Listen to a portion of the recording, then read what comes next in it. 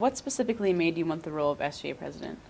Well, I think over the years I haven't really done much to help the school a lot.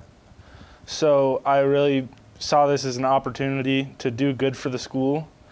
And I think that I have the qualities that would make me a good leader and would make me able to get things done in the SGA. I think I have the courage to push for things, and I have the stubbornness to not back down when they tell me no. And I think just using that, I'll be able to leave this school knowing I'm at a better place. What made you prioritize this role over other leadership roles? I thought this was the best opportunity for me to make a big change at the school. I don't think that you can have as much influence in many other roles as you can as the president of the SGA. If you could change anything about this year's SGA, what would it be, and be specific? I think they did get some stuff done, but the problem was they didn't communicate it to the students, so everybody was not very satisfied with how they did.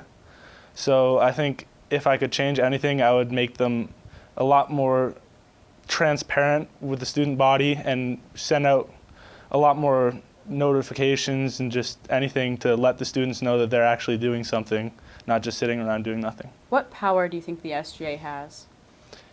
I think that all students do have some power. They can all talk to the administration, but the SGA has a closer link with the administration, and they can really get a lot more stuff done because they have a lot more power just with, and more of a connection to the teachers, to the faculty, to the administrators. With some specificity, how will you effectively approach working with the administration? I think the best way to work with the administration is to agree with them and not to present disagreements. I think that I do have a very close connection to the administration, and I know a lot of the teachers because I've lived on campus since I was a little kid, and I have a really great relationship with them. So I think they'd be able to see me a lot easier and be a lot more agreeable with me. Without having a primary caucus this year, you only have one chance to speak to the voters rather than two.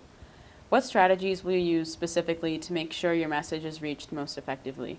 Well, beforehand, I am going to hand out flyers just with my plans for the SGA, and I think not having a caucus is really not good for me because my reputation in the school isn't exactly perfect. But I'm just going to try to come across as the right guy for the job. In your eyes, what is the relationship between the SGA and the student body, and more specifically, how do you plan on utilizing it? I think the SGA right now is very distant from the student body, and what I want to do is I want to make it closer to the student body so students don't feel as nervous about approaching an SGA member with a problem. And in doing so, if students don't feel as nervous about that, they can present more problems, and then the SGA can solve more problems. And what are 3 specific goals you plan to accomplish as SGA president? Well, the big project I have is sort of an SGA restructuring. So we'd still have the same 10 reps, 2 for each form for senators and then the vice president and the president. But 4 of those senators would be assigned to a different area of student life. One would be assigned to academics, one would be assigned to quality of life, one would be assigned to facilities, and another would be assigned to communications. So instead of having 10 people all working on the same thing, we've got 10 people all working on different things so we can get a lot more done. My second thing is just to be a lot more transparent with the student body, and one of the ways which I just touched on was that we're going to have a single person who is just devoted to communications and to getting word out to the school about what the SGA is doing. And another thing for transparency is that I'm going to push to get the SGA a physical presence, as in an office or even just a little mailbox that people can slip their problems into and we can read them through and try and get them fixed. And my third is just get the little things done.